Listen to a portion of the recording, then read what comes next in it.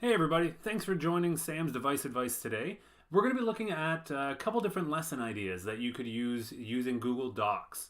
And I'm going to make these files available for you later so you could access them if you'd like. You're going to find them on samgoving.com. And so yeah, let's jump right into it, take a look at some of these. I've used these in the classroom and I've also used these in workshops for teachers. The first one I'll show you is just a quick checklist that I've made to get people using Google Docs and Google Drive for the first time. And it even includes some instructions for them as well. So this is a Google Docs practice checklist. So I go through this on maybe my smartboard with the students, and I show them how to do each of these, and they're going to go in and they're going to create a check mark in here. And if you remember from a previous video, you can insert special characters, including check marks or smiley faces, by going to Insert and then clicking on Special Characters, drawing the special character in this box, and then clicking the one that you would like. So I go through and I have them open the document, they make a copy, I have them bookmark the Google Drive and go through all of the things we've done in all the videos thus far. And once they're finished, they share it back to me, and I make sure that they're ready to go. The next one that I have that I'll share with you is an editing practice worksheet.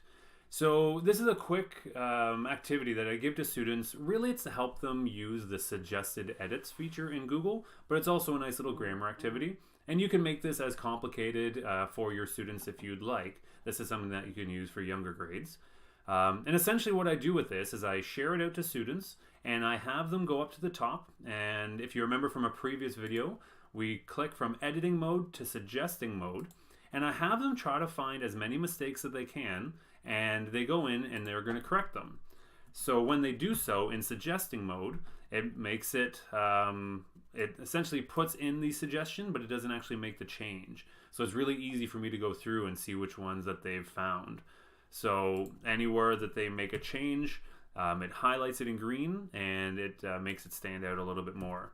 Again, this is a really good feature to use for peer editing, having students share their work with each other, turn on suggesting mode, and edit each other's work, because the original student who created it could then go through and accept any of those changes that were made, or they can click on them and reply saying thanks, or maybe I disagree, whatever it is that they want to put in there.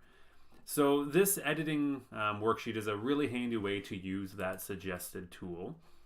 Another one that I do, this is kind of to practice live collaboration with the students, but it's also a great vocabulary activity. You can use it for essentially anything you like. Teaching ESL, I played categories quite a bit.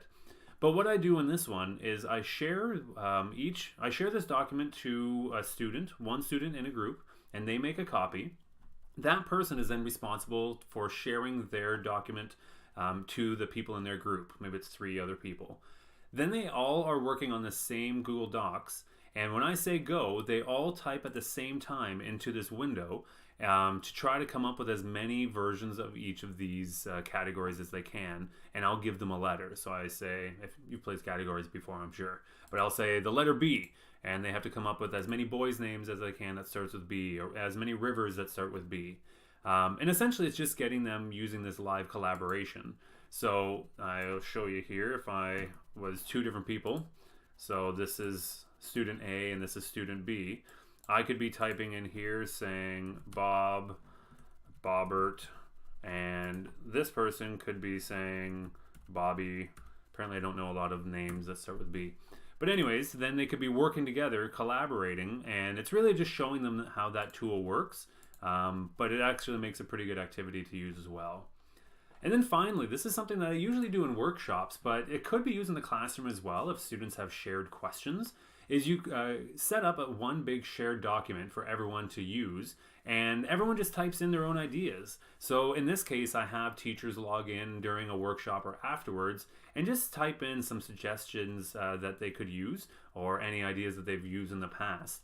And it just becomes this running list. I just read a story the other day of a bunch of students in university who used essentially a big shared document like this in their class, and everyone wrote their notes in it. And if anyone had questions, they would highlight some text, use the suggested edits or the comments, and ask somebody to explain it for them. So live during class, a student would be typing away and giving the giving some extra descriptions to their friends in class.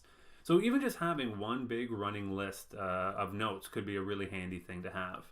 So like I said, I will share the links for these worksheets on my website at samgoving.com.